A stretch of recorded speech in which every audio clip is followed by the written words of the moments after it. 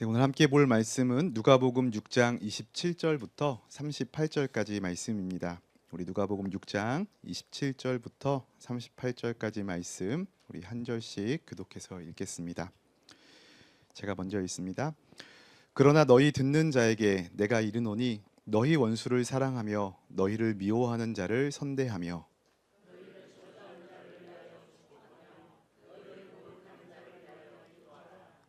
너의 입뺨을 치는 자에게 젖뺨도 돌려대며 내 겉옷을 빼앗는 자에게 속옷도 거절하지 말라.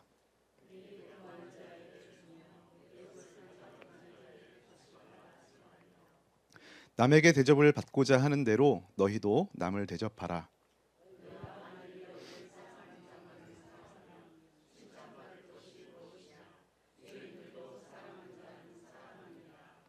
너희가 만일 선대하는 자만을 선대하면 칭찬받을 것이 무엇이냐? 죄인들도 이렇게 하느니라.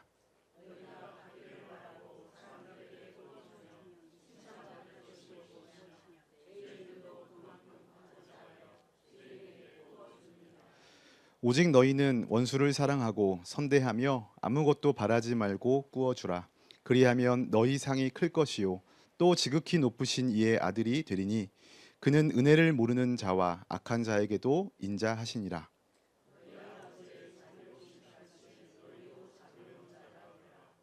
비판하지 말라. 그리하면 너희가 비판을 받지 않을 것이요 정죄하지 말라. 그리하면 너희가 정죄를 받지 않을 것이요 용서하라. 그리하면 너희가 용서를 받을 것이요 주라. 그리하면 너희에게 줄 것이니 곧 후히 되어 누르고 흔들어 넘치도록 하여 너희에게 안겨 주리라. 너희가 헤아리는 그 헤아림으로 너희도 헤아림을 도로 받을 것이니라. 아멘. 오늘 누가복음 6장 27절부터 38절까지 말씀을 함께 읽었는데 한번 이렇게 읽기만 해도 그 내용이 무엇을 말하는지 이 말이 너무 내용이 어려워서 이해가 되지 않는다 하시는 분은 아마 안 계실 것 같습니다. 너무나 분명하고 또 어렵지 않은 메시지임에도 불구하고 우리에게는 사실 이 말이 그리 쉽게 와닿지 않습니다. 제 성경 표제에는 이렇게 쓰여 있습니다. 원수를 사랑하라.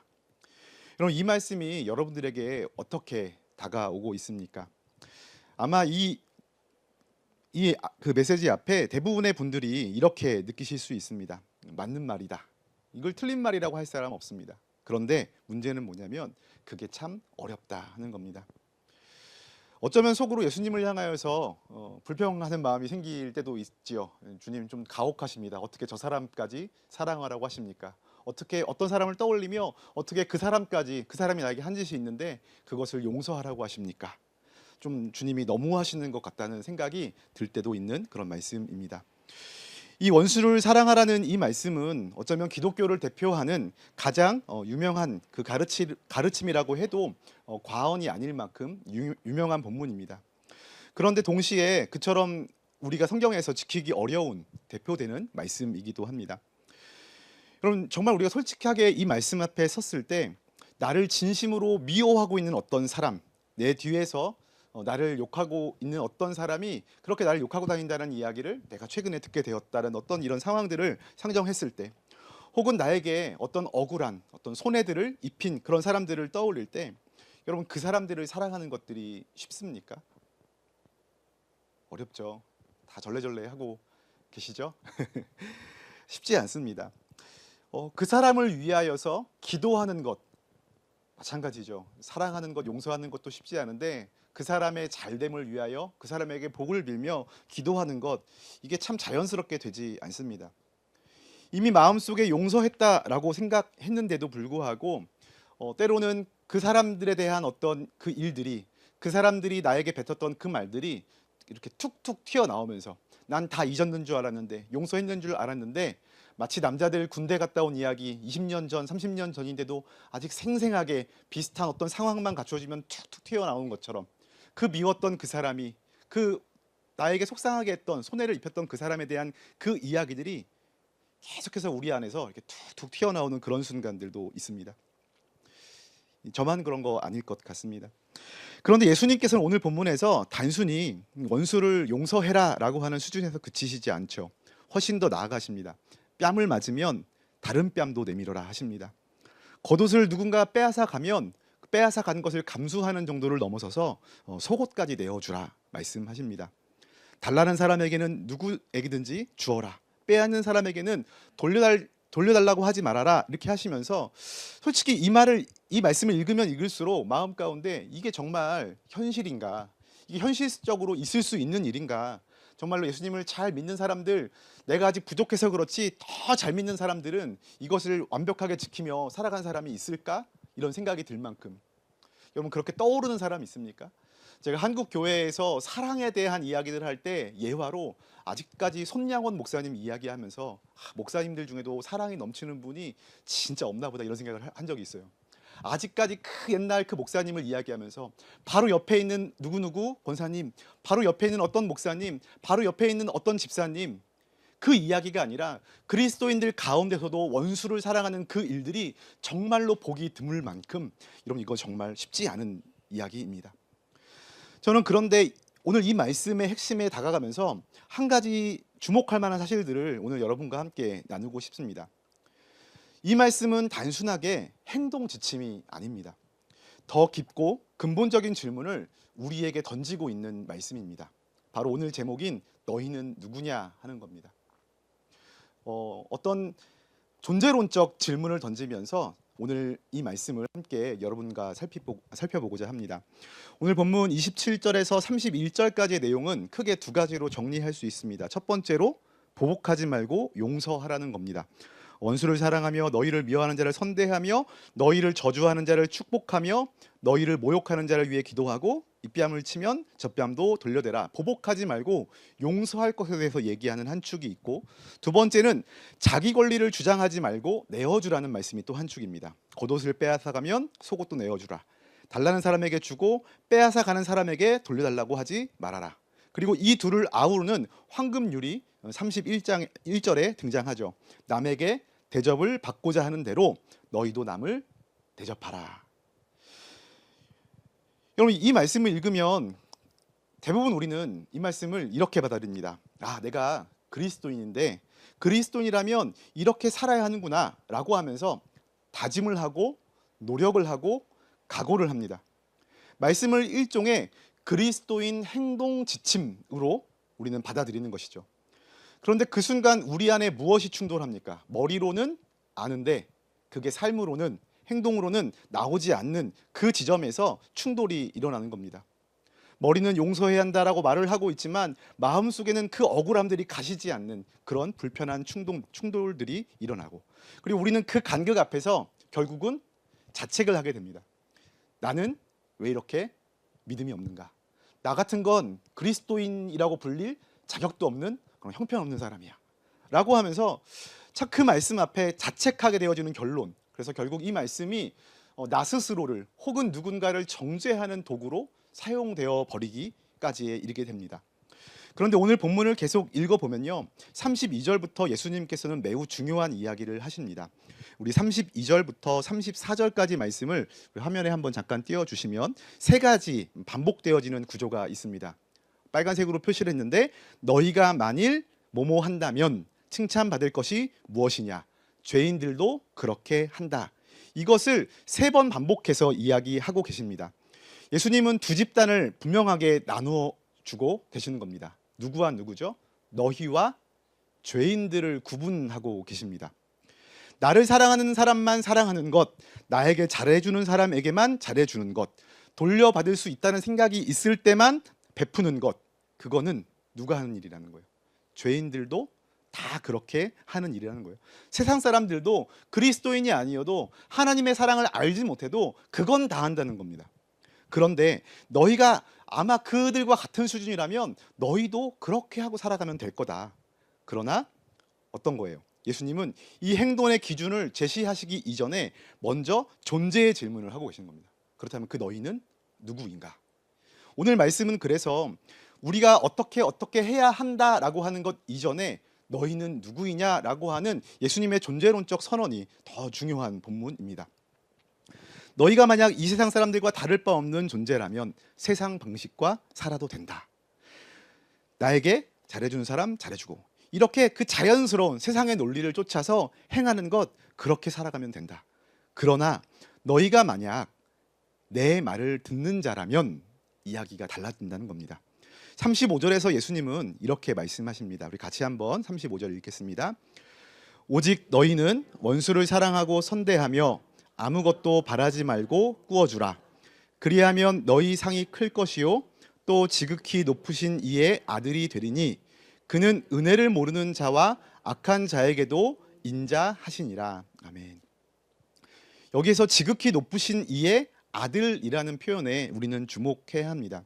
여러분, 이것은 단순한 칭호가 아니죠. 자신에 대하여 예수님께서는 계속해서 복음서에서 가르치실 때 나는 무엇이다, 나는 무엇이다 형태의 선언을 하셨어요. 그런데 오늘 본문 가운데서는 너는 무엇이다 라고 하는 형태의 선언을 해주고 계시는 겁니다.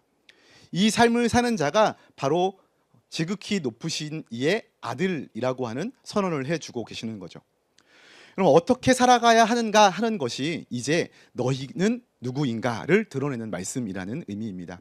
오늘 핵심이 바로 여기에 있습니다. 여러분, 그렇다면 예수님께서 말씀하시는 너희라는 존재는 어떠한 존재인가를 살피는 것이 우리에게 필요한 과제입니다. 본문 27절 첫 마디는 뭐라고 이야기하냐면 너희 듣는 자라고 얘기합니다. 그러니까 그냥 너희가 아니라 예수님의 말씀을 듣고 있는 자, 바로 그들이 너희라고 말씀하십니다. 그리고 오늘 본문이 포함되어진 이른바 우리가 평지 설교라고 부르는 그 단락의 1차적인 청자는 바로 예수님의 제자들이었습니다. 그러니까 여기서 말하는 1차적인 그 너희는 예수님의 제자들입니다. 누가복음 5장을 보면 예수님이 그 제자들을 부르시는 장면을 기록하고 있습니다. 5장의 전반부에서는 베드로와 안드레, 야고보와 요한을 부르시는 장면이 나옵니다. 그들은 어부였습니다. 그물을 당기고 또 배를 손질하며 살아가고 있는 사람들이었습니다. 그런데 예수님은 그들에게 오셔서 이렇게 말씀하십니다. 나를 따라오너라. 그러면 그들은 어떻게 했습니까? 모든 것을 버려두고 예수를 쫓으니라 이렇게 반응합니다. 5장 후반부에서 또 세리, 레위가 나옵니다. 세리는 당시에 사회에서 죄인 취급받던 사람들이었습니다. 자기 동족에게 세금을 뜯어내는 부역자와 같은 존재였습니다. 그런데 예수님은 그들을 찾아가셔도 똑같이 말씀하십니다. 나를 따라오거라. 그들도 똑같이 반응합니다. 모든 것을 버리고 일어나 따랐더라. 여러분, 여기에서 모든 것을 버렸다라고 하는 말을 오해하면 안 됩니다. 실제로 베드로는 모든 것을 버렸다라고 기록한 그 후에도 가족과 연결되어져 있는 것들을 봅니다. 예수님께서 베드로의 장모를 고쳐주신 사건도 등장하기도 하죠. 베드로가 가족을 버렸다는 것이 아닙니다. 그의 모든 재산을 없애버렸다는 의미가 아닙니다. 여러분, 이 모든 것을 버렸다, 그리고 모든 것을 버려두고 예수님을 쫓았다라고 하는 이 말의 진짜 의미는 그의 기준이 바뀌었다라는 의미입니다. 즉, 가치가 바뀐 거죠. 이전에 전부라고 여겼던 것들, 그것이 어떤 이에게는 어업이었고, 그것이 어떤 이에게는 세리로서의 안정적인 수입이었을 수도 있고, 여러분, 그런 모든 것들이 더 이상 자신들의 인생의 중심이 아님을 알게 된 것입니다. 더 크고 참된 것을 붙잡게 되자 이전에는 전부라고 여겼던 것들을 이제는 내려놓을 수 있게 된 것입니다. 그렇다면 그 전환점이 무엇이었습니까? 바로 예수 그리스도를 만난 사건입니다. 그리고 예수님을 만났을 때 그들은 자신이 죄인이라는 사실을 깨닫게 됩니다. 그래서 예수님은 그가 모든 것을 버리고 쫓기 이전에 예수님 앞에 이렇게 말합니다. 주님, 저에게서 떠나소서. 나는 죄인입니다. 자기 자신의 그 모든 실체들을 예수님 앞에서 발견하게 되었을 때, 그 예수님을 진정으로 마주했을 때 베드로는 그 과정 안에서 삶의 변화를 느끼게 된 겁니다. 여러분, 이것이 바로 내 말을 듣는 너희의 의미입니다. 단순히 예수님의 주변에 머물게 되었던 사람을 가리키는 말 아니고, 그저 그 자리에 있음으로 인하여서 예수님이 말씀하시는 설교를 들었던 어떠한 청자 한 명을 이야기하는 것이 아니고, 그를 만남을 통하여 그 앞에 자신의 실체를 보고 그 앞에 드러난 자신의 한계와 연약함을 인정하며 전혀 새로운 가치를 발견하게 되어진 그 존재. 예수님을 만나서 삶의 기준이 바뀐 사람, 가치가 바뀐 사람, 그 중심이 바뀐 사람이 바로 예수님이 말씀하시는 너희입니다. 다시 처음 질문으로 돌아와서 어떻게 원수를 사랑할 수 있겠습니까? 어떻게 우리가 손해를 기꺼이 감수할 수 있겠습니까? 여러분, 이것은 결코 누군가가 마음을 독하게 먹는다고 해서 되어지는 일이 아니더라는 겁니다. 각오와 다짐으로 어떤 의지력을 가지고 해야 될 그러한 문제가 아니라는 겁니다. 여러분, 이 말씀을 실제로 살아낼 수 있는 힘은 단 한 곳에서 옵니다. 내가 만난 그 예수님으로부터 오는 겁니다. 그 예수님을 향한 그 신뢰로부터, 예수님을 향한 그 의지함으로부터 여러분, 이 힘이 오게 되는 겁니다. 여러분, 우리가 한번 생각해 볼까요? 왜 우리가 분노와 억울함으로부터 자유롭지 못하게 됩니까? 왜 눈앞에 있는 손해를 견딜 수 없게 됩니까? 그것은 결국 이 억울함을 하나님이 과연 갚아주실까라고 하는 확신이 없기 때문이죠. 내가 입은 이 손해를 하나님께서 다 채워주실 것인가라고 하는 그 믿음이 없기 때문입니다. 여러분, 이러한 질문에 확신이 없기에 그것을 막연히 기대하고는 있지만 그것에 대한 분명한 확신과 붙잡음이 없기 때문에 우리는 여전히 우리 앞에 있는 억울함을, 우리 앞에 있는 손해를 견디지 못하게 됩니다. 하나님을 신뢰하지 못하는 사람은 기어이 스스로 보복해야 성이 풀리는 겁니다. 누가 갚아줄 것이라는 믿음이 없으니까요. 하나님을 신뢰하지 못하는 사람은 내게 있는 그 소유를 꽉 붙들어야 합니다. 왜냐하면 내가 그것으로 인하여 살 거라는 생각을 여전히 하니까요. 그러나 하나님을 신뢰하는 사람은 이야기가 달라집니다. 우리 36절을 함께 읽어봅시다. 같이 읽겠습니다. 너희 아버지의 자비로우심 같이 너희도 자비로운 자가 되라. 자비로운 자가 되라고 말씀하면서 누구처럼이라는 이야기를 합니다. 누구처럼요? 아버지처럼입니다. 예수님이 지금 하나님을 어떻게 가르쳐주고 계십니까? 심판자가 아닙니다. 왕이 아닙니다. 너희의 아버지라고 부르십니다. 자녀는 그 아버지를 닮아갑니다. 싫던 좋던 그것을 바라보며 그것을 따라가게 되어 있습니다. 어느 날 거울을 바라보며 문득 제 모습 속에서 아버지의 모습을, 아버지의 말투를, 아버지가 행하던 어떤 습관들을 발견하게 됩니다.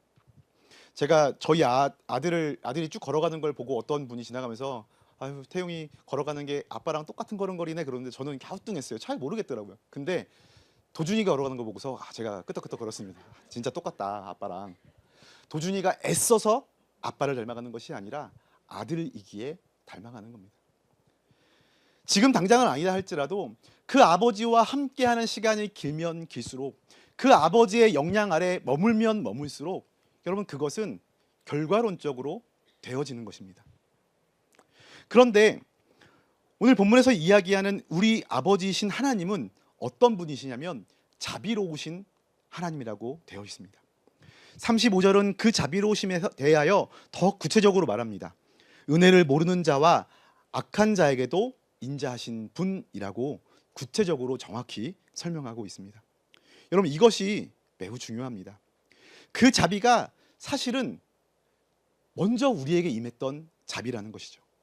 로마서 5장 8절 말씀에 이렇게 되어 있습니다. 같이 읽게요. 우리가 아직 죄인 되었을 때 그리스도께서 우리를 위하여 죽으심으로 하나님께서 우리에 대한 자기의 사랑을 확증하셨느니라. 아멘. 우리가 아직 죄인 되었던 그때에 하나님은 우리를 원수 삼지 않으셨어요. 우리가 여전히 하나님을 미워하고 있는 그 가운데 있을 때에도 하나님은 이들 중에 누가 나를 더 사랑하나 보면서 사랑하는 사람을 골라서 픽을 하신 게 아니라는 거예요. 우리가 아직 죄인 되었고 그의 원수가 되었을 때 그의 자비는 원수인 우리를 향하여 있었다라는 거예요.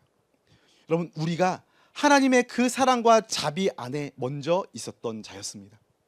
우리 아버지가 바로 그러한 사랑을 베풀어 주셨던 아버지입니다. 그렇기에 그 자녀인 우리는, 이미 그 자비를 먼저 받아 자녀가 된 우리는 이제 그 자비를 닮아가게 되어 있는 겁니다. 그것이 마땅하다라고 하는 것이 바로 오늘 본문이 말하는 종류의 삶의 내용입니다. 여러분, 우리가 힘써야 할 것은요, 이 말씀을 그저 행동 강령 삼아 이것을 하기 위하여 나의 일을 악무는 것이 아닙니다. 여러분, 결코 우리는 내게 없는 것을 내어줄 수 없습니다. 나를 쥐어짜서 내가 갖지 못한 것을, 내가 받지 못한 것을 다른 누군가에게 나눠줄 수 없습니다. 우리는 내 주머니에 있는 것을 꺼내어 누군가에게 풀어놓을 수 있는 겁니다. 내가 가지고 있는 것들을 비로소 누군가에게 나눌 수 있는 겁니다. 그러므로 우리가 힘써 붙들어야 할 것은 내가 이미 받은 것이 무엇인지를 깨닫는 것이죠. 받은 자비가 크면 클수록 흘려보낼 수 있는 자비도 커집니다. 내가 얼마나 큰 은혜를 받았는지를 알면 알수록 원수를 용서하는 것이 그 앞에 얼마나 보잘것없는 일인가를 깨닫게 됩니다. 내가 하나님께 얼마나 많은 것을 받았는지 알면 알수록 내 소유를 움켜쥐던 손이 조금씩 펴지기 시작합니다. 반대로 아직 분노가 쉽게 올라오고 억울함이 쉽게 가시지 않는다면 그것은 내가 아직 그 받은 은혜의 실체를 분명하게 붙잡지 못하기 때문이라는 신호일 수 있습니다. 저는 우리 교회 채움과 비움의 교회라는 이름에 참 공감을 합니다. 하나님께로부터 온 것으로 내가 채워졌음을 고백하는 그 전반부와 결코 순종함으로 자신을, 제가 말이 좀 꼬였는데 제가 한 줄을 건너뛰고 읽었어요. 하나님께로부터 온 것으로 나를 채울 수 있고 또 뭐라고 돼 있죠? 순종함으로 비울 수 있는 이 두 가지를 우리는 각각의 강령으로 이해하곤 한다는 겁니다. 여러분, 이 두 가지가 그러나 결코 별개의 문제가 아니라는 거예요. 전반부 하나님께로부터 온 것으로 나를 채울 수 있다는 사실을 분명하게 깨닫고 그 사실을 인정하고 고백하는 그 삶의 자리에만 무엇이 나타날 수 있다는 거예요. 순종의 열매가 나타날 수 있음을 의미하는 겁니다. 이 둘은 별개의 과제가 아닙니다. 각각 힘써야 할 강령이 아닙니다. 전자에 대한 고백이 분명하면 분명할수록 후자의 열매가 따라옵니다. 전자에 대한 고백이 분명하지 않은 채 후자를 억지로 쥐어 짜내야 될 것이 아니라는 겁니다. 하나님께로부터 받은 은혜를 분명하게 깨닫지 못한 자가 순종으로 쥐어 짜며 살아가는 그 인생이 얼마나 고달픈 인생입니까? 여러분, 그렇게 하는 섬김이, 그렇게 하는 순종이, 그렇게 하는 사랑과 그렇게 하는 배려가 여러분 얼마나 소모적이고 우리를 지치게 합니까? 결국 우리가 힘써야 할 것은 후자를 쥐어짜는 문제가 아니라 나는 이미 충분히 받은 자다라고 하는 그 확신을 붙잡는 일입니다. 그럼 신뢰하는 자가 순종할 수 있습니다. 우리의 신앙은 행동 강령의 준수로서 완성되어지는 것이 아니라 받은 사랑에 대한 응답으로서 나타나게 됩니다. 오늘 본문 마지막 38절을 함께 보겠습니다. 주라, 그리하면 너희에게 줄 것이니 곧 후히 되어 누르고 흔들어 넘치도록 하여 너희에게 안겨 주리라. 너희가 헤아리는 그 헤아림으로 너희도 헤아림을 도로 받을 것이니라. 여러분, 우리 하나님이 어떤 분이신지 그래서 다시 얘기하는 거예요. 우리가 우리에게 공급하시는 그 하나님에 대한 신뢰를 어떻게 받아들여야 하는지, 어떻게 고백하고 있어야 되는지를 다시 한번 이야기하는 거예요. 누르고 흔들어 넘치도록 주시는 분이라고 하는 이 표현이 참으로 생생합니다. 곡식을 대로 잴 때 꾹꾹 눌러 흔들어서 가득 넘치게 담아주는 모습을 그립니다. 예수님은 지금 이렇게 말씀하시는 겁니다. 네가 내어주면 나는 더 넘치게 너를 채우는 자다. 여러분, 이것은 단순히 보상의 논리가 아닙니다. 하나님의 경제학이죠. 세상의 경제학은 주면 줄수록 줄어듭니다. 그러나 하나님의 경제학은 주면 줄수록 순종하면 순종할수록 하나님의 채우심과 하나님의 은혜를 더 선명하게 경험하게 되는 것이죠. 여러분, 이것을 신뢰하는 사람만이 누릴 수 있습니다. 여러분, 이것을 신뢰하는 사람만이 그 삶 가운데 하나님이 기뻐하시는 그 삶의 열매를 맺을 수 있는 것이죠. 여러분, 이 믿음의 근거는 그저 우리의 낙관으로, 우리의 어떤 막연한 기대로 이야기되어지는 내용들이 아닙니다. 이미 우리를 위하여 십자가를 지신 하나님이 우리를 끝까지 책임지신다라는 고백 위에 서 있는 분명한 확신입니다. 여러분, 오늘 말씀을 정리하면 이런 내용입니다. 요한복음 27장에서 38장까지의 내용, 원수를 사랑하라 라고 하는 이 명령의 본문들이 많은 사람들은 이것을 행동 강령으로 받아들이지만 그러나 우리가 집중한 것은 이 말씀의 전제, 이 말씀을 듣는 너희가 누구냐라고 하는 겁니다. 행동에 대한 요청이기 이전에 분명한 존재론적 선언이 이 말씀의 핵심 가운데 있습니다.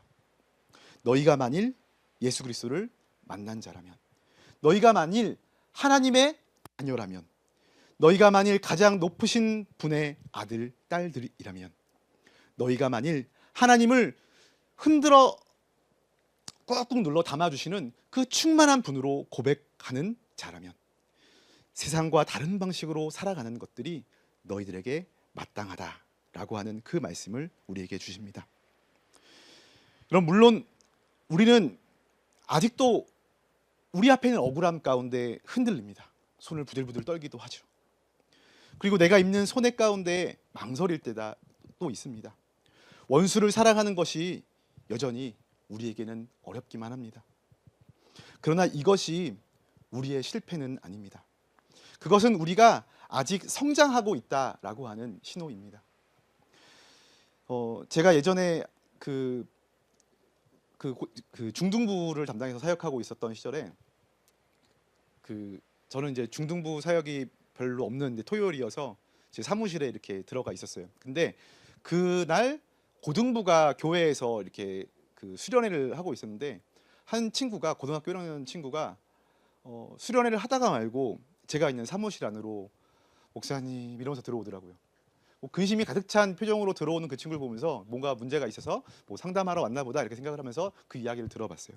근데 이 친구가 뭐라고 얘기하냐면, 목사님 분명히 하나님은 다른 사람을 미워하지 말라고 하셨는데 저 지금 수련회 하는 중인데 어떤 친구 하는 모습을 보니까 미워 죽겠다는 거예요.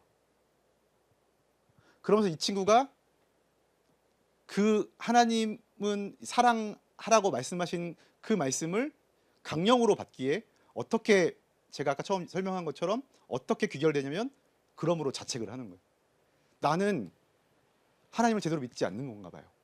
하나님을 잘 모르는가 봐요. 이거 하려고 하는데 계속 기도하고 수련회 하면서 하나님 저 친구가 계속 저렇게 밉상스러운 짓을 하고 못된 말들을 막 가시밭진 말들을 내뱉는데 하나님 제가 어떻게 하면 좋을까요? 막 이렇게 해도 그 미운 마음이 뿅 사라지지 않더라는 거예요. 그럼 기도를 더 해야 됩니까? 저한테 그렇게 물어보더라고요. 제가 뭐라고 이야기할게요. 오늘 말씀 안에 그 답이 있는 거예요. 그 수준을 이야기하는 것이 아니다. 나도 자꾸 누가 밉더라. 나도 나한테 못되게 말한 사람 그 말을 그냥 그 앞에서는 괜찮다고 하면서 넘어갔는데 집에 가서 누우면 생각나더라. 그런데 가만히 생각해 보니까 그렇게 떠오르는 그 마음이 불편하더라. 그것을 세상 사람들은 당연하다고 말하거든. 그것을 세상 사람들은 그게 뭐 어때서? 라고 말하거든. 그 사람이 너한테 이렇게 했는데 네가 뭐하러 그 사람을 위해서 더 좋은 것을 내줘야 돼. 세상 사람들 그걸 당연하다고 말하는데 너의 마음 가운데 그 친구를 미워하는 것, 어떤 사람들은 걔가 밉상스러운 말을 했으니 미워한다, 이걸 당연하게 생각할 거야. 근데 하나님이 네 안에 계시다는 증거가 뭐니? 너는 지금 그게 불편한 거잖아. 그것이 네 안에서 충돌이 일어난 거잖아. 아직 우리는 연약하고 아이여서 그렇게 온전하게 자라서 아버지와 같은 모습으로 그 사랑을 살아가고 있지는 못하지만 우리는 그걸 안다.